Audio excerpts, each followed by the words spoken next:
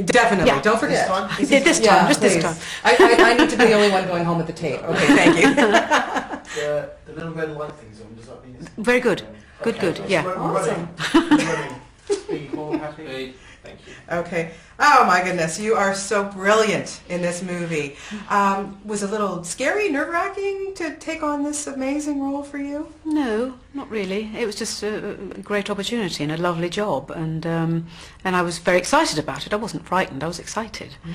So yes, it was a great thing for me at home. My kudos has gone up enormously, obviously with my daughter, that I'm part of this. So no, listen, it was a great book, a great script, and I got to be in it. Is it easier or harder for an actor to take on a character that is so well known in a book that pretty well everybody and his cousin has read, or is that just something that you just set aside and make her your own?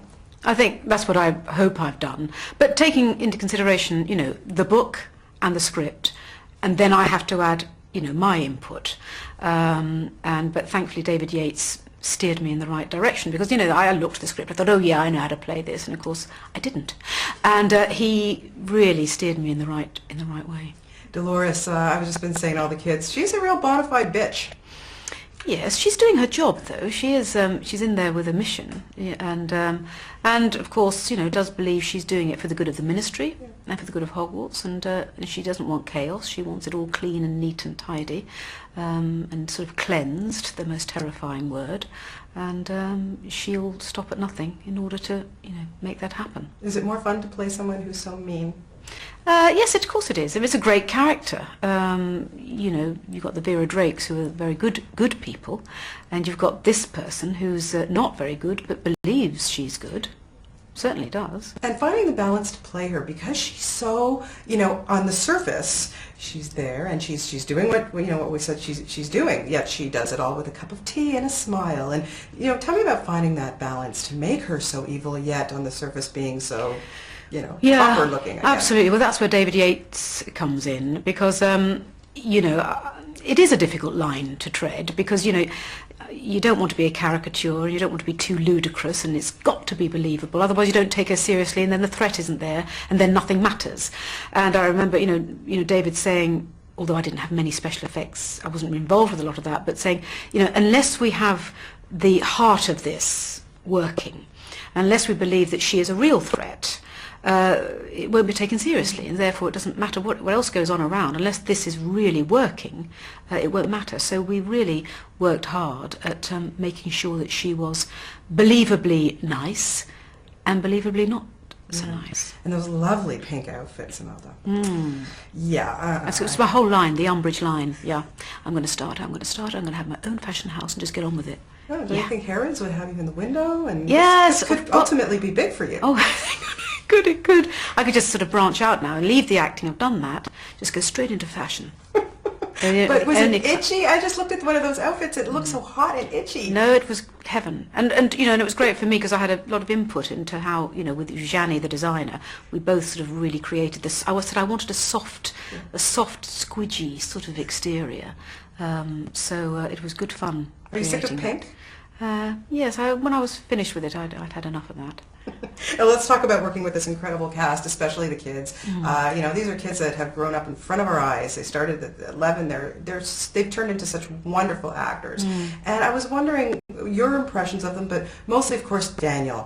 What he has turned into, and really, what impressed you most about him? Well, I worked with Dan before he did Harry Potter, so I did David Copperfield with Dan when he was 10. And now to work with him again, it was fantastic. Just to see the difference, to see the maturity and his seriousness and his dedication to this project is extraordinary. And for all these kids, what an apprenticeship to have this script, the actors they've worked with, all the grown-ups, if you like, to be their repertory company, and to have learnt with those directors, the technicians, and the actors. It's been I imagine, a fantastic experience for them, whether they know it or not at the moment. When they're 11 and 12, you're just making the film. They're not saying, well, this is a very good experience I'm having, I'm learning from this. No, they're just doing it. But to have done it I think they'll look back and think, God, I did it with all those sort of people and those actors and those technicians.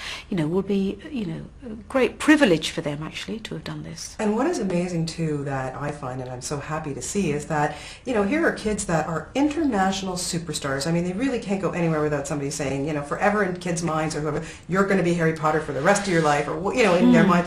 Yet they have stayed so grounded and so real and just wonderful kids. That must have been impressive to see too. Yes, it is. But it does happen in England, I think. It's very good. It's a very grounding place in England, because we're the first to take the piss out of anyone if they think they're getting above themselves. So we don't suffer fools very gladly here. And I think we're also good at making sure that people don't get too big-headed. But on the other side, we're very down on ourselves. I think in England we're going, oh no, well I'm not very good in this. Oh, it doesn't really, so we're not great at boosting our own egos.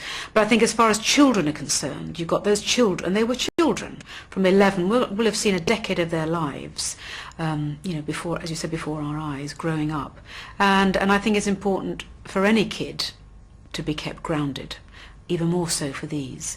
But I think they've taken their responsibility, so seriously, and they've got their parents and these producers who are very caring and look after these kids. I think that's been very important. Yeah, there's so many, phenomenal themes in The Order of Phoenix. I think more so than I think this is the first Harry Potter film that I actually cried in. I really was taken on an emotional roller coaster. But when you look back at Dolores and what she's actually doing in this film and how she's stifling the children moment by moment, and at the end it's like she's basically I would equate her to a Nazi in a way in terms of what's your feeling on what she's doing in this film? Well, of course it's terrifying, and nothing annoys me more than health and safety, and everything being clean and tidy, and that she won't let them do magic. She doesn't want any mess or chaos, that children should just be really seen and not heard, and not allowed to experience anything. And those people who just don't want people to experience things or have passion for what they're doing. She doesn't want passion. She wants order. And no, it's terrifying, those people who will go to any lengths to cleanse and clean and make things how they want them. It should not be allowed, and but it didn't stop me having a very nice time doing it. But of course it was uncomfortable, I have to say. The scene where she gives him the detention was uncomfortable for me.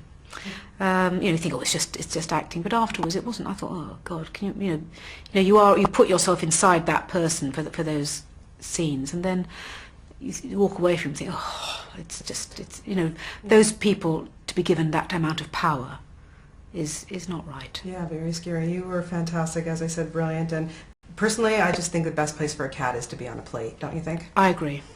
Thank you so much. Lovely talking. Okay.